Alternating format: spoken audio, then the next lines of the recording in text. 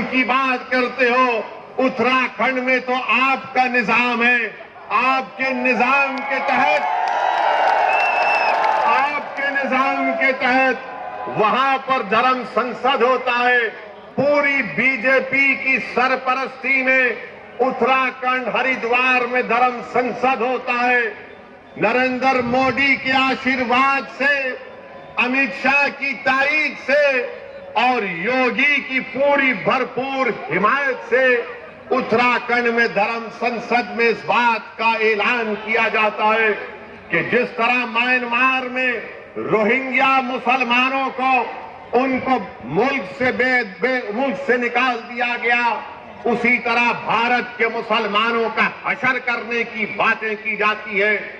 कहा जाता है कि 20 लाख मुसलमानों का कत्ल कर दिया जाए, मगर आपको जानकर हैरत नहीं होगी, आपको ताज्जुब भी नहीं होगा कि जब मुसलमानों को कत्लेआम की दावत दी जाती है, मुसलमानों को बर्बाद करने की बातें की जाती है, तो किसी एक को भी उत्तराखंड की हुकूमत ऐसी बुज़दिल और मुखन्निस हुकूमत है कि इन धर्म संसद में इस तरह की नफरत की बातें करने वालों के खिलाफ एक को भी गिरफ्तार नहीं किया जाता। और जो जहर उगल रहे थे वो उल्टा पुलिस के पास जाकर कुरान करीम, अल्लाह के कलाम के ताल्लुक से एफआईआर दर्ज करते हैं और इंस्पेक्टर साहब के सामने हंसते हुए, मुस्कुराते हुए बात कर रहे हैं। ये भारत है जिसको आपको समझना है। ये वो भारत नहीं है जिसको हमारे बुजुर्गों ने अंग्रेजों से आजाद करवाया था। ये जो मौजूदा भारत है, ये वो भारत नहीं है जिसको सन 57 की जंग आजादी में हमारे बुजुर्गों ने अपने खून से सरजमीन को लाल किया था। अगर हमने इस मुल्क को आजाद किया, इसमें बढ़ चढ़कर हिस्सा लिया, हमने काला पानी की सजा काटी, हमने सावरकर की तरह अंग्रेजों से अपनी जान की भीख नहीं मांगी, तो आज हमारे वतन में हमको धमकियां दी जाती हैं कि तुम्हारा कत्लेआम किया जाएगा, तुमको रोहिंग्या मुसलमानों की तरह तुम्हारा हाल कर दिया जाएगा। अरे कौन सी जमहूरियत की तुम बात कर रहे हो? कौन से संविधान की मोहब्बत में तुम काम कर रहे हो कि एक को भी गिरफ्तार नहीं करते? एक को भी गिरफ्तार नहीं करते। बताओ नरेंद्र मोदी, बताओ अमित शाह, बताओ उत्तराखंड की बीजेपी की सरकार, आज तुम्हारी नाक के नीचे खड़े होकर भारत की सबसे बड़ी अक़लियत मुसलमानों से इस तरह की धमकियां दी जा रही हैं और कोई हुकूमत कोई बात नहीं करती। सबसे पहले अगर उत्तराखंड में किसी ने इन जालिमों के खिलाफ अगर कंप्लेन दी तो उसका नाम नैयर काज़मी मजलिस इत्तेहादुल मुस्लिमीन के सदर थे। उन्होंने जाकर पुलिस स्टेशन में कंप्लेन दर्ज कराई। अब नैयर काज़मी मुझसे कह रहे थे कि उत्तराखंड में जगह जगह पर उसके खिलाफ एहतजाज हो रहा है, तो उत्तराखंड की बीजेपी की सरकार नैयर काज़मी के पास अपने लोगों को भिजा कर कहती है कि नैयर काज़मी, अगर तुम एहतजाज को बंद नहीं करोगे तो हम तुमको जेल में डाल देंगे। मैं उत्तराखंड की सरकार से कहना चाह रहा हूं, जेल में डालना है डाल दो, मगर याद रखो तुम हक की आवाज को दबा नहीं सकोगे। अगर आज नैयर काज़मी ने कंप्लेन दी तो भारत के संविधान को बचाने के लिए कंप्लेन दी। अगर आज मजलिस आवाज उठा रही है उत्तराखंड के धर्म संसद में जो जहर अफशानी की गई इसलिए कि भारत को बचाना है, ये भारत जो हमारा देश है, हमारा वतन अजीज है, इस भारत का कोई मजहब नहीं है। ये भारत ना हिंदुओं का है, ना मुसलमानों का है, ना ईसाइयों का है, ना सिखों का है। ये भारत किसी का भी नहीं है, ये भारत सबका है, चाहे वो खुदा को मानता हो या ना मानता हो। ये भारत की खूबसूरती है। बीजेपी इसको सिर्फ एक मजहब से जोड़कर ये बताना चाहती है कि ये मुल्क सिर्फ एक मजहब का है या एक आरएसएस की आइडियोलॉजी के मानने वालों का है। आरएसएस वालों, तुम क्या एक मिसाल पेश कर सकते हो कि मुल्क की जंग आजादी में तुम्हारे कौन से लोगों ने अंग्रेजों के खिलाफ आजादी में हिस्सा लिया? क्या तुम्हारे किसी एक लीडर का तुम नाम बता दो। अरे तुम तो अंग्रेजों से मिले हुए थे। तुम्हारे उस वक्त के सरसंघचालक ने कहा था, तुम्हारे उस वक्त के सरसंघचालक ने कहा था कि आजादी की लड़ाई में हिस्सा मत लो। नाम लो मैं उनका। मेरे अजीज दोस्तों और बुजुर्गों, आज आरएसएस भारत के मुसलमानों को देशभक्ति सिखा रही है। जब जरूरत थी अंग्रेजों के खिलाफ लड़ने की तो आप तो खामोश बैठे हुए थे।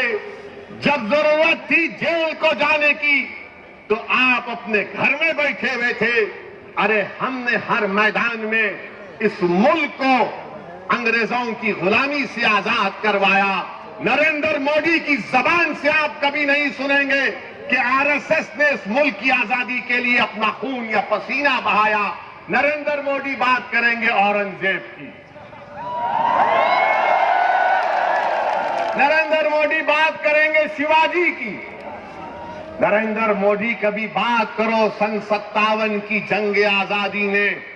बताओ ये लोग आज जो नफरत फैला रहे हैं इनका क्या रोल रहा? इनका कोई रोल नहीं रहा।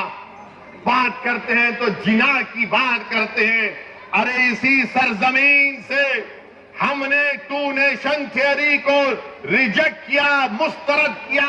हमने इंडियन नेशनलिज्म और कॉम्पोजिट कल्चर की बात की थी। अगर आज हम यहां पर सहारनपुर में हैं, देवबंद में हैं, गंगों में हैं, तो वह जिना के पैगाम को ठुकराने की सबसे बड़ी जीती जागती मिसाल है। मगर इनको सिर्फ जिना याद आता है। समाजवादी को भी आजकल जिन्ना याद आ रहे हैं। अखिलेश को भी जिन्ना जबान पर चढ़ गया। बीजेपी के तो दिलो दिमाग पे चढ़ता ही रहता है। मेरे अजीज दोस्तों और बुजुर्गों, एक और धर्म संसद हुआ छत्तीसगढ़ में। कांग्रेस ने कहा जब बीजेपी कर सकती है तो हम क्यों पीछे हटे। कांग्रेस की सरकार छत्तीसगढ़ में, वहां पर धर्म संसद होता है और उस छत्तीसगढ़ रायपुर के धर्म संसद में कांग्रेस का कैबिनेट रैंक का मंत्री बैठा हुआ है। बीजेपी के बड़े बड़े नेता बैठे हुए हैं और उसमें से एक महाशय ने महात्मा गांधी को गाली दे दी, गोडसे की तारीफ कर दी और साथ में मुसलमानों के खिलाफ जहर बका। उसी धर्म संसद में यह भी कहा गया, अगर मैं कहूं आपके सामने तो यकीनन मुझे कहना पड़ेगा क्योंकि रिकॉर्ड है। रिकॉर्ड में उस रायपुर के धर्म संसद में क्या क्या कहा गया, उसमें एक मोहतरमा भी थी। उनको मिसेस नहीं बोल सकते, उनको मोहतरमा कहना पड़ेगा। मैडम ने कहा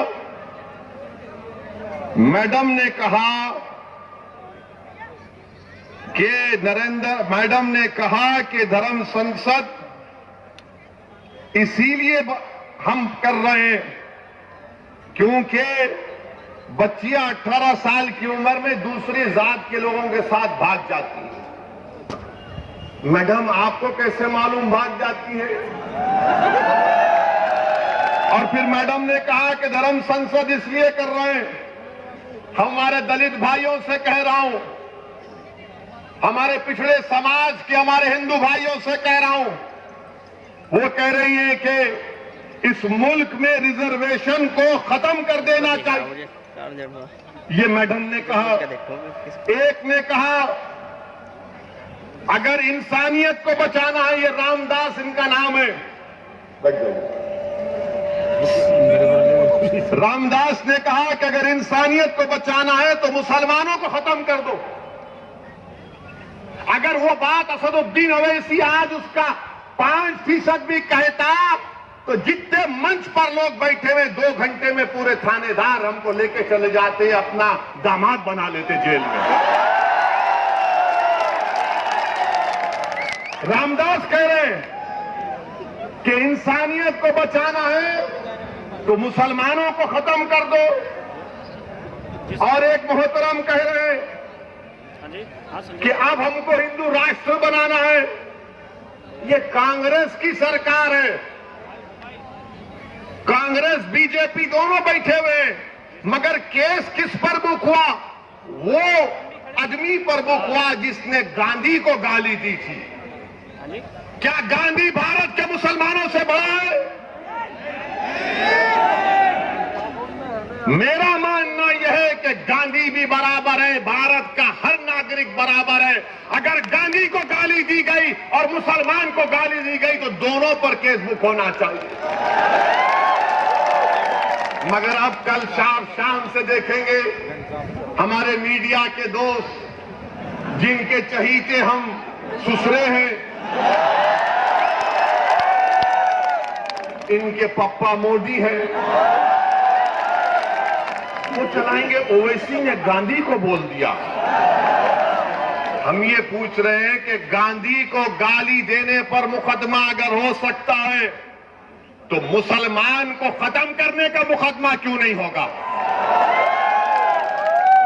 तुमको अगर गांधी से मोहब्बत है तो भारत के मुसलमानों से ही मोहब्बत रखो, क्योंकि गांधी ने भूख हड़ताल की थी पार्टीशन के वक्त, जब मुसलमानों को काटा जा रहा था फसादात में। 1 दिन नहीं, 2 दिन नहीं, गांधी ने कई दिन भूख हड़ताल की और इस सड़क पर अपनी भूख हड़ताल को गांधी ने खत्म किया था कि मुसलमानों की जान और माल की हिफाजत करनी चाहिए। कुतुबुद्दीन बख्तियार काकी के आस्थाने को जला दिया गया था, गांधी ने कहा कि उसको बनाना पड़ेगा तब मैं भूख हड़ताल खत्म करूंगा। अरे गांधी से मोहब्बत है तो मुसलमानों से नफरत क्यों है? तुमको बताओ हमको।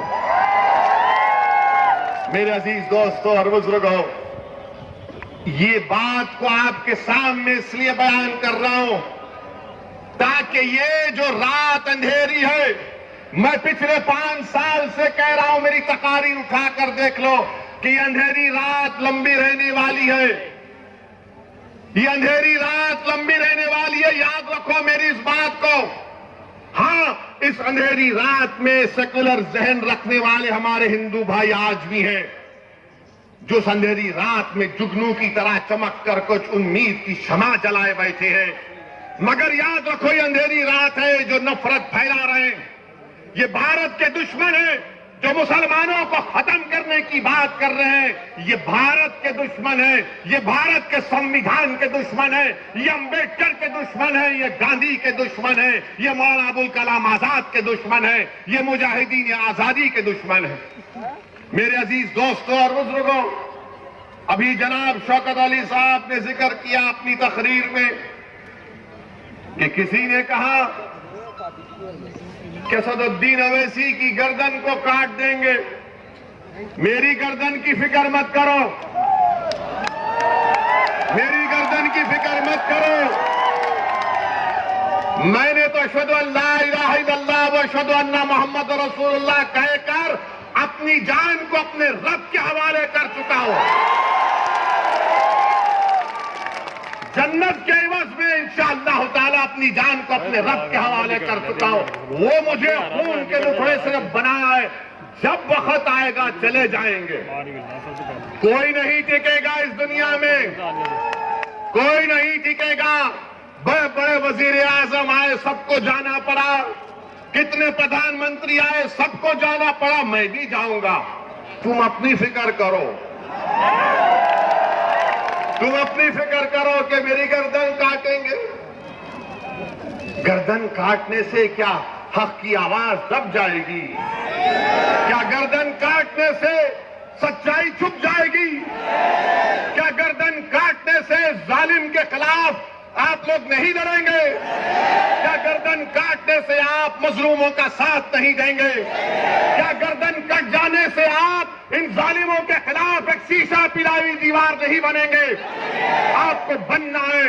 और मैं इन लोगों से कह रहा हूं कि ये जान से मारने की धमकी मुझे मत दो। मैं जब 12 साल की उम्र का था, जब से अपने घर के सामने ये संघ परिवार के लोग हमारे घर के पास आकर नारे लगाते थे, मेरे छोटे भाई अकबर भी इसको जानते हैं, जिस पर हमारे घर के सामने आते थे और नारा लगाते थे कि मुसलमान खबरस्तान या पाकिस्तान। 15-20 लोग आते थे, हमारे एक ताया थे, वो जब भागते थे तो पूरी अपनी चप्पलें छोड़कर भाग जाते थे। मेरी गर्दन की अहमियत मत करो, भारत की फिक्र करो। भारत असदुद्दीन अवैसी से बड़ा है। भारत का कंपोजिट कल्चर हमारा कीमती खजाना है, इसकी हिफाजत करो।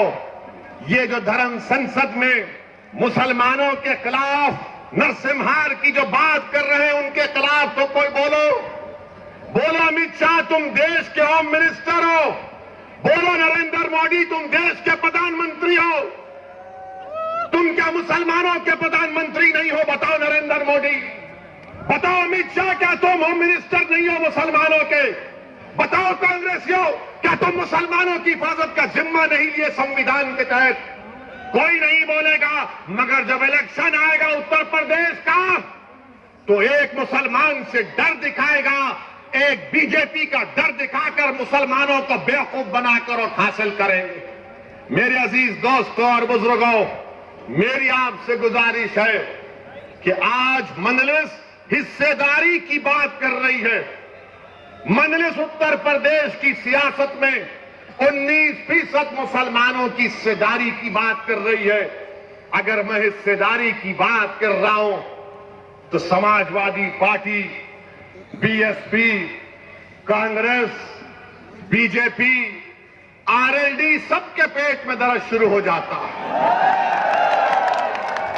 क्यों दर्द शुरू होता है? वो नहीं चाहते कि मुसलमान बराबरी पर आ जाए, वो ये चाहते हैं कि मुसलमान दरी बिछाता रहे, दरी बिछाता रहे, दरी बिछाता रहे। वो ये चाहते हैं कि मुसलमान दरी बिछाता रहे, उसको बेशर्म किया जाए, मगर उसके मुकद्दर में दरी बिछाना है। मैं तुमसे कह रहा हूं कि दरी अब तुम नहीं बिछाओगे, तुम कुर्सी पर बैठोगे और राज भी करोगे इंशाअल्लाह। तुम अपने मुकद्दर के फैसले आप कर सकते हैं। बरसों आपने समझा कि नहीं कांग्रेस का साथ देंगे, कांग्रेस हमारे मुकद्दर के अच्छे फैसले करेगी। कांग्रेस ने क्या दिया हमको? शहादत बाबरी मस्जिद, हाशिमपुरा, मलियाना दिया। तो कभी हमने समाजवादी का साथ दिया, कहा कि मौलाना मुलायम है, मगर मौलाना तो नहीं निकले, अपने यादव परिवार को आगे बढ़ा दिया।